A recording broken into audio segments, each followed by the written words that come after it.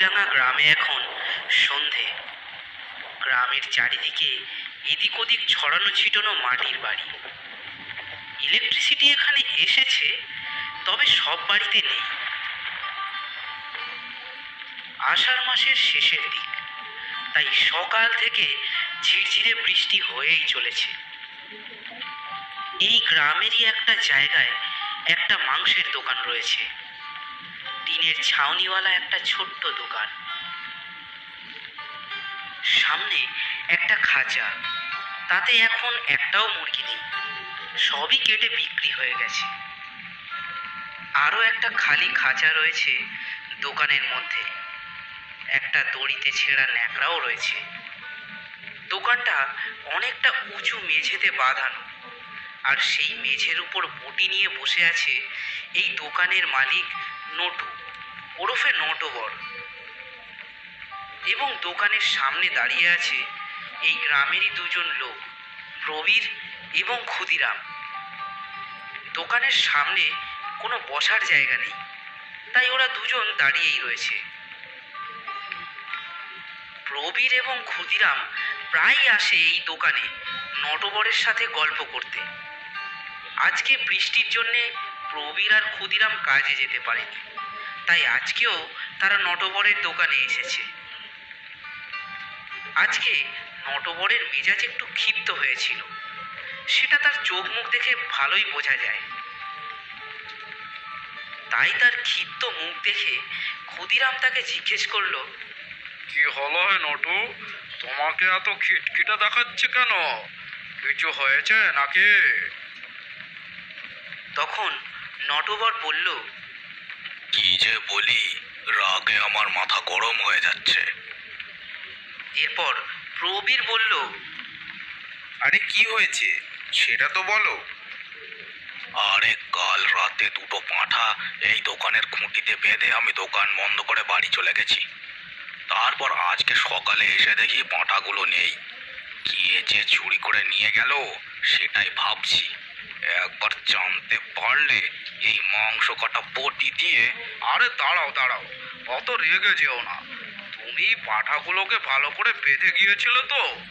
কেননা এই গ্রামে তো তেমন চুরি টুরি হয় না। আর যদি হয়েও থাকে, তাহলে তোমার দোকান থেকে চুরি করবে এমন বুকের পাটা কার আছে বলো দেখি? আমিও তো সেটাই ভাবছি।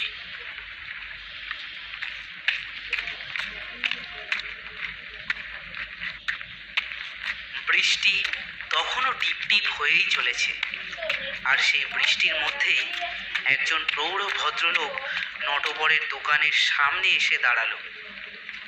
তবে সেই ভদ্রলোক এসে কোনো কথা বলল না, কিন্তু নটবর খুব বিনয়ী সুরে তাকে বলল, আরে চাটুজ্জে মশাই যে, আসুন, বলুন আজকে কতটা মাংস দেব?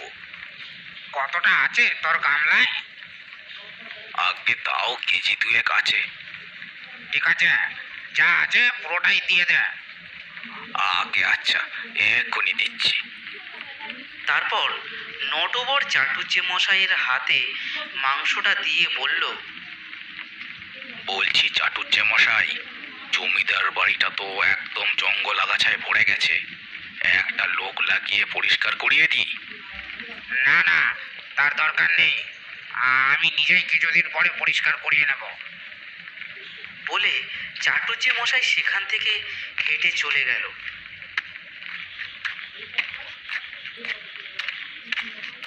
ক্ষুদিরাম আর প্রবীর দুজনেই মুখটা কেমন যেন পড়েছিল, কারণ তারা কিছু একটা পচা গন্ধ পেয়েছে।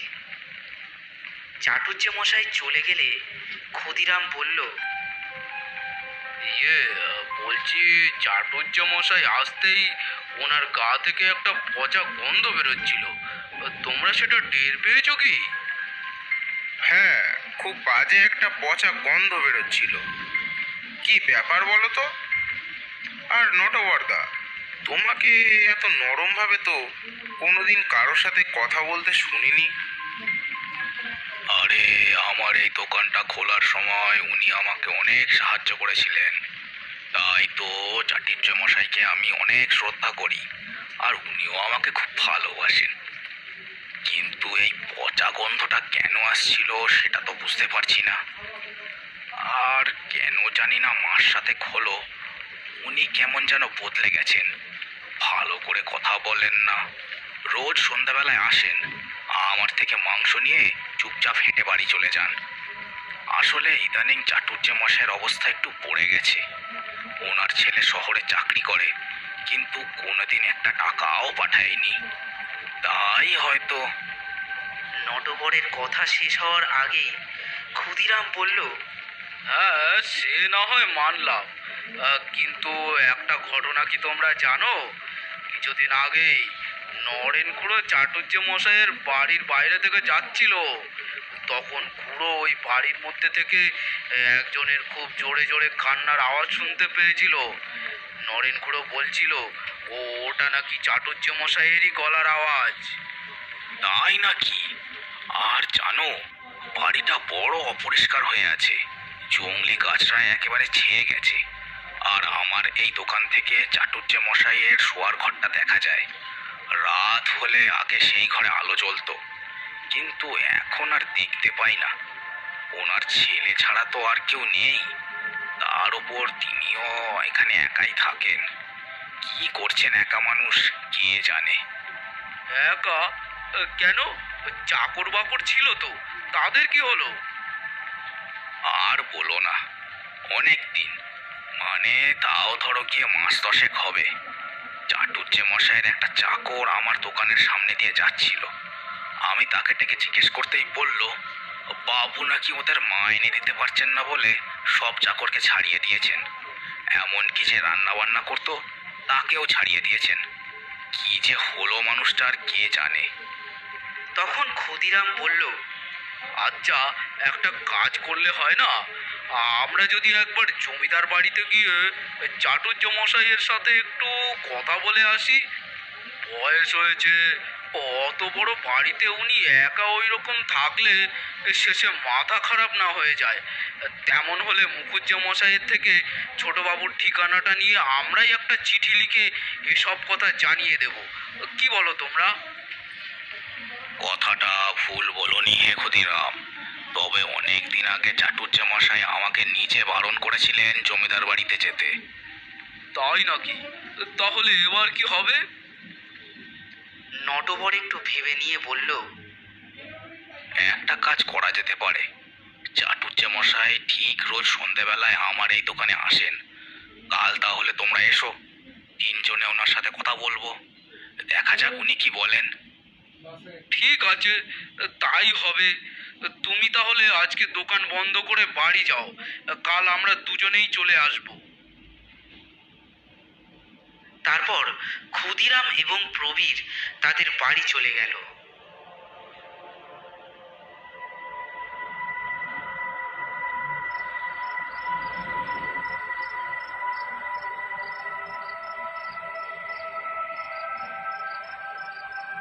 পরের দিন সন্ধেবেলায় মুখুজ্জে মশাই তাদের জমিদার বাড়ি থেকে বেরোলেন। বাড়িটার অবস্থা খুব একটা খারাপ নয়, তবে অনেক দিন পরিষ্কার না করায় চারিদিকে বন জঙ্গলে ভর্তি হয়ে গেছে। বিরাট বিরাট স্তম্ভগুলো বেয়ে লতা পাতা উপরে উঠে গেছে। সিঁড়ির দেওয়ালে সব জায়গায় সবুজ গাছপালা ভর্তি।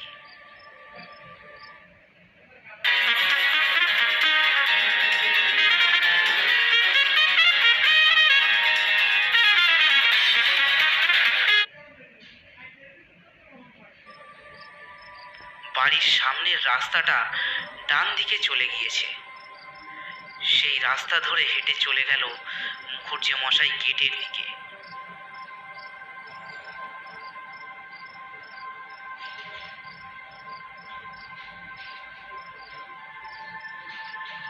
ওদিকে নটবরের মাংসর দোকানে তারা তিনজনই দাঁড়িয়ে আছে, মুখুজ্জে মশাইয়ের সাথে কথা বলবে বলে। চারিদিকের পরিবেশ বেশ শান্ত আর শীতল, যদিও আজকে বৃষ্টি হয়নি। একটা হলদে রঙের ইলেকট্রিক বাতি ঝুলছে দোকানে, এছাড়া আর কোনো আলো নেই নটবরের দোকানে।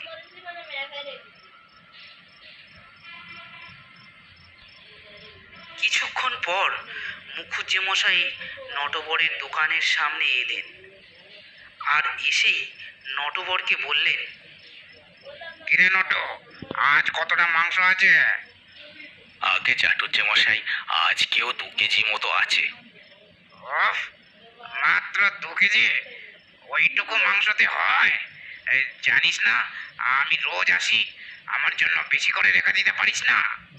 তখন ক্ষুদিরাম চাটুর্যে মশাইকে বলল, কেমন আছেন চাটুর্যে মশাই? চাটুর্যে মশাই ক্ষুদিরামের প্রশ্নের কোনো উত্তর দিলেন না। এইরকম ভাবে দাঁড়িয়ে রইলেন যেন তিনি কোনো কথা শুনতে পাননি। তারপর নটবর তাকে বলল, ক্ষুদিরাম আপনাকে কিছু বলছে? কি হয়েছে কি? চাটুর্যে মশাই, আপনার কি কোনো অসুবিধা হয়েছে? কই না তো, কিসের অসুবিধা?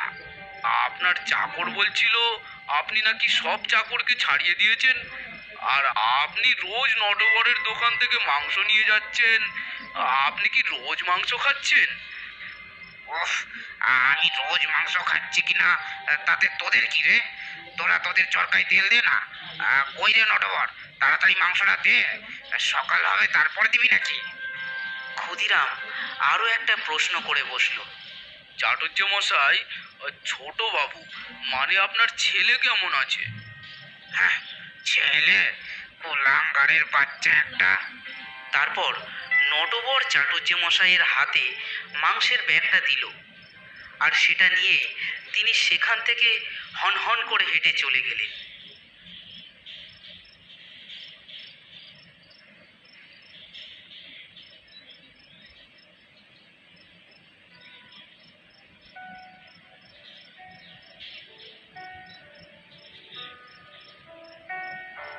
চাটুর্যে মশাই চলে গেছে বেশি সময় হয়নি। তার কিছুক্ষণ পরেই একটা যুবক আসছিল রাস্তা দিয়ে। এটি চাটুর্যে মশাইয়ের একমাত্র ছেলে, নাম শশাঙ্ক চট্টোপাধ্যায়। সে বহু বছর পর এই গ্রামে এসেছে। সে যখন নটবরের মাংসের দোকানের সামনে দিয়ে যাচ্ছিল, তখন প্রবীর আর ক্ষুদিরাম সেই দোকানের সামনে দাঁড়িয়েছিল। শশাঙ্ককে আসতে দেখে নটবর তাকে ডাক দিল। আরে ছোট বাবু যে, কেমন আছেন? নটবরের ডাক শুনে শশাঙ্ক দোকানের সামনেই দাঁড়িয়ে পড়ল এবং তাদের দিকে তাকিয়ে বলল, আমি ভালো আছি, আর তোমরা সবাই ভালো আছো তো? আগে হ্যাঁ ছোট বাবু, আমরা সবাই ভালো আছি। অনেক বছর পর এলেন এদিকে। হ্যাঁ, এই চলেই এলুম। এখানে তো আমাদের অনেক জমি জায়গা আছে, তো সেই সব নিয়ে বাবার সাথে একটু কথা বলতে এসেছি। ও আচ্ছা, ছোট বাবু, চাটুর্যে মশাই রোজই আমার থেকে মাংস নিয়ে যান, আজও এসেছিলেন। কি বলছো? রোজ? বাবা রোজ মাংস খাচ্ছে? হ্যাঁ, আর জানেন তো ছোট বাবু, চাটুর্যে মশাই সব চাকরকে ছাড়িয়ে দিয়েছেন। কি বলছো? এই চাকর না থাকলে তো বাড়িতে আর কেউই থাকবে না। তার মানে বাবা তো এখন বাড়িতে একা। বাবার কি মাথা টাথা খারাপ হলো নাকি? আমাকে ব্যাপারটা গিয়ে দেখতে হচ্ছে। আগে ছোট বাবু, আমরাও কি আপনার সাথে আসবো?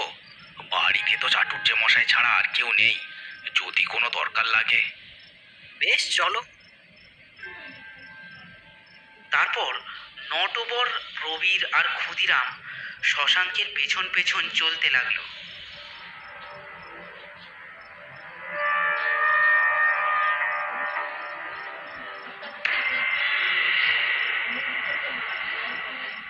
বাড়ির গেটের সামনে এসে বাড়িটার অবস্থা দেখে শশাঙ্ক বলল, এ কি অবস্থা হয়েছে বাড়িটার?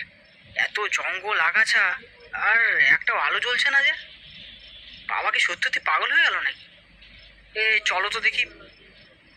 গেট থেকে বাড়ি পর্যন্ত যে রাস্তাটা গেছে সেটা দিয়ে ঢুকে বাড়ির একদম সামনে আসতেই তারা সবাই একটা ভয়ঙ্কর কান্নার শব্দ শুনতে পেল। কান্নাটা আসছে বাড়ির ভেতর থেকে। তারা সবাই একটু অবাক হয়ে গেছিল, আর তার সাথে ভয়ও পেয়ে গেছিল। তখন শশাঙ্ক বলল, এত রাতে বাবা এরকম ভাবে কাঁদছে কেন? কিছু সমস্যা হলো নাকি? এই চলো তো দেখি তাড়াতাড়ি।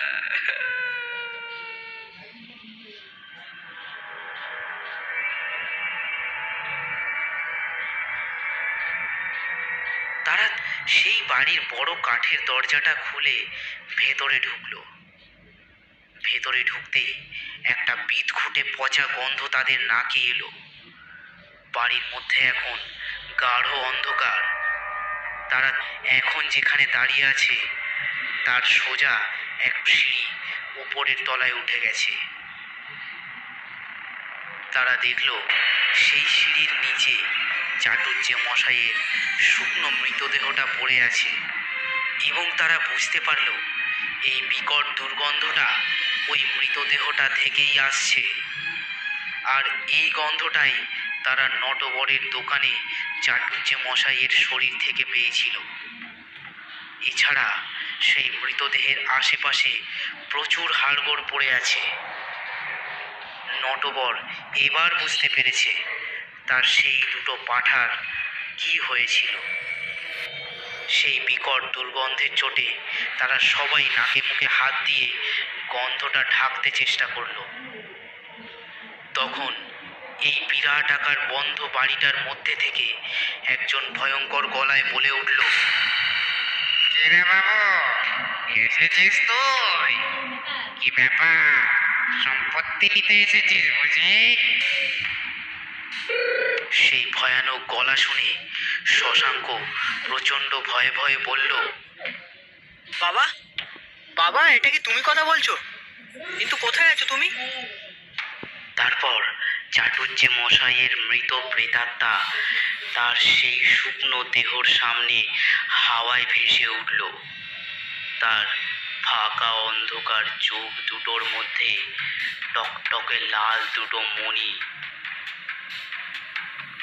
সারা শরীরের মাংস শুকিয়ে কালো হয়ে গেছে। জামা কাপড়গুলো প্রায় ছিঁড়ে ছিঁড়ে পড়েছে। তারপর চাটুজ্জে মশাই বলল, আমি এখন কোথায় আছি সেটা শুনে তুই কি করবি? যখন এই বাড়িতে না খেতে পেয়ে অসুস্থ হয়ে পড়েছিলাম, তারপর একদিন এই সিঁড়ি থেকে নামতে গিয়ে মাথা ঘুরে পড়ে গিয়ে মাথা ফেটে যন্ত্রণায় কষ্ট পেয়ে তিলে তিলে এখানেই পড়ে মরে গেছি। তখন তো একবারও খোঁজ নিসনি যে বাবা কি করছে। সেই কবে চাকরি পেয়ে আমাকে এখানে একা ফেলে চলে গেছিস, তারপর আর কোনোদিনও আমার খোঁজ খবর নিয়েছিস? শুধু লিখতিস টাকা পাঠাও বাবা, টাকা পাঠাও। আর এখন শুধুমাত্র এসেছিস সম্পত্তির লোভে। একটা কানা কড়িও পাবি না। তুই এক্ষুনি চলে যা এই বাড়ি ছেড়ে। এবার শশাঙ্ক প্রায় কাঁদতে কাঁদতে বলল, বাবা, আমার আর একটা টাকাও চাই না। আমি খুব বড় ভুল করে ফেলেছি বাবা। ছোটবেলায় মা মারা যাওয়ার পর তুমি ছাড়া আমার আর কেউ ছিল না। আর আমি তোমার খারাপ সময় তোমাকে দেখিনি।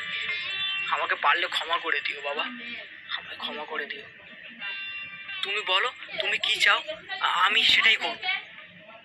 এবার নটবর চাটুজ্জে মশাইয়ের প্রেতাত্মাকে বলল, চাটুজ্জে মশাই, দয়া করে ছোটবাবুকে ক্ষমা করে দিন। উনি ওনার ভুল বুঝতে পেরেছেন। বেশ, আমি তোকে ক্ষমা করে দিলাম। তবে আমার এই মৃতদেহটা দাহ করে আমার শ্রাদ্ধ শান্তির কাজ সম্পন্ন কর, তাহলেই আমি ইহলোক থেকে মুক্তি পাবো।